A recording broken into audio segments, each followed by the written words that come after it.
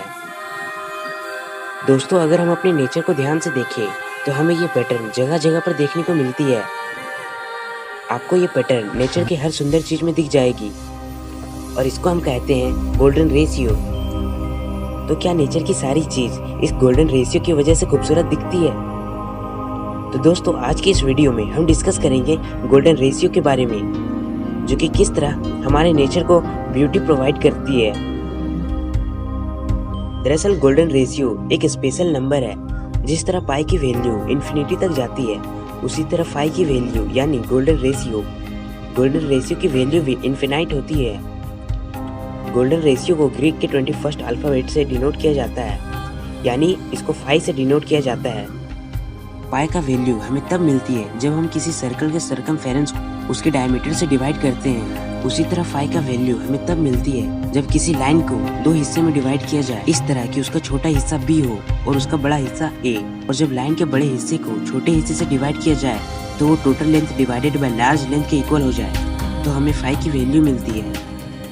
Golden ratio को अच्छे से समझने के लिए पहले हम लोग को फिबोनाची सीरीज को समझना होगा। इटली के मैथमेटिशियन लेडानो फिबोनाची ने एक यूनिक सीरीज डिस्कवर की, जिसको फिबोनाची सीरीज कहा जाता है। फिबोनाची सीरीज दो नंबर से मिलकर बनती है, 0 और 1। फिबोनाची सीरीज में लास्ट के दो टर्म को ऐड करके अगला टर्म बनाया जाता है, जैसे कि 0 और 1 ये फिबोनाची सीरीज के दो टर्म है। तीसरा टर्म निकालने के लिए इन्हीं लास्ट दो टर्म को ऐड करना होगा, तो 0 + 1 = 1। अब फोर्थ टर्म निकालने के लिए लास्ट के दो टर्म को यानी 1 और 1 को ऐड करना होगा, तो 1 + 1 = 2। अब इसी तरह फिफ्थ टर्म, सिक्स्थ टर्म, ये सीरीज इन्फिनिटी तक जाएगी। अब ये सीरीज इतना खास क्यों है? फिबोनाची सीरीज की खास बात यह है कि अगर हम इसके सक्सेसिव नंबर को डिवाइड करें तो डिवाइड करने पर हमारा आंसर अप्रोक्सीमेटली 5 के इक्वल आएगा, यानी गोल्डन रेशियो के इक्वल आएगा। और जैसे जैसे हम नंबर बढ़ाते जाएंगे तो ये रेशियो गोल्डन रेशियो के काफ़ी करीब होगा।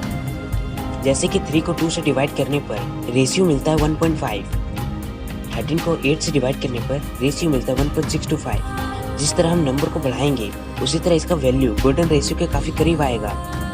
जैसे कि 377 को 233 से डिवाइड करने पर हमें रेशियो मिलता है 1.618, जो कि 5 के काफ़ी करीब है, इसलिए इस सीरीज़ को भी गोल्डन रेशियो कहा जाता है।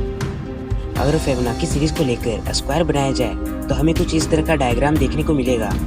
सबसे पहले सीरीज में 1 है तो 1/1 का स्क्वायर, फिर अगले टर्म भी 1 है तो फिर से 1/1 का स्क्वायर, नेक्स्ट टर्म 2 है तो 2/2 का स्क्वायर, और इसी तरह बाकी के टर्म के स्क्वायर। अब ये एक गोल्डन रेक्टेंगल बन गया और इस गोल्डन रेक्टेंगल में एक आर्क ड्रॉ किया जाए तो हमें एक स्पाइरल शेप देखने को मिलेगा, जो कि गोल्डन आर्क है।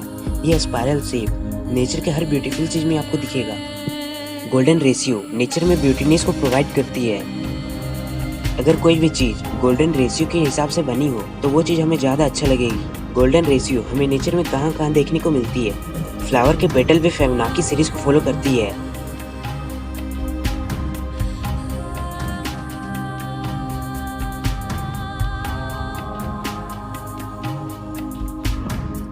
ट्री के ब्रांचेज, पहले ट्री सिंगल ब्रांच में होता है, फिर 2 ब्रांचेज में डिवाइड हो जाता है, फिर 3, फिर 5 ब्रांचेज में। हमारे फिंगर में भी फिबोनाची सीरीज देखने को मिलती है। हमारे ईयर गोल्डन रेशियो के परफेक्ट एग्जाम्पल है। डॉल्फिन, स्टारफिश, एंड्स और भी बहुत सारे एग्जाम्पल हैं। ग्रेट पिरामिड ऑफ गीजा में पिरामिड का बेस 756 फीट है और उसकी हाइट 481 फीट है। तो जब बेस और हाइट का रेशियो निकाला जाए तो वो आता है 1.571, जो कि गोल्डन रेशियो के काफ़ी करीब है। दोस्तों, हमारे प्लेनेट का गोल्डन रेशियो मक्का में लाई करता है, और अगर हम अपने प्लेनेट को लॉन्गिट्यूड और लैटिट्यूड पर देखें तो हमारा प्लेनेट का गोल्डन पॉइंट मक्का में लाई करता है। मक्का का डिस्टेंस नॉर्थ और साउथ पोल के रेशियो में देखा जाए तो रिजल्ट आता है एग्जैक्टली 1.618 और लेटीट्यूड पर देखा जाए तो वेस्ट एक्सपेंसर को ईस्ट एक्सपेंसर से डिवाइड किया जाए तो आंसर आता है 1.618। तो दोस्तों इतना कुछ एग्जाम्पल देखने के बाद आपको क्या लगता है, नेचर को बनाने वाले को गोल्डन रेशियो के बारे में पहले से ही पता था या फिर फाई की मदद से हमें बार बार कोई साइन दिया जा रहा है, इसलिए ये हमारे नेचर में बार बार दोहराया जा रहा है। खैर जो भी हो, हमारे नेचर को बहुत ही खूबसूरत तरीके से बनाया गया है, हमें एनवायरनमेंट को सेव करना चाहिए। तो आज के इस वीडियो में बस इतना ही। उम्मीद है आपको वीडियो से कुछ नया सीखने को मिला होगा।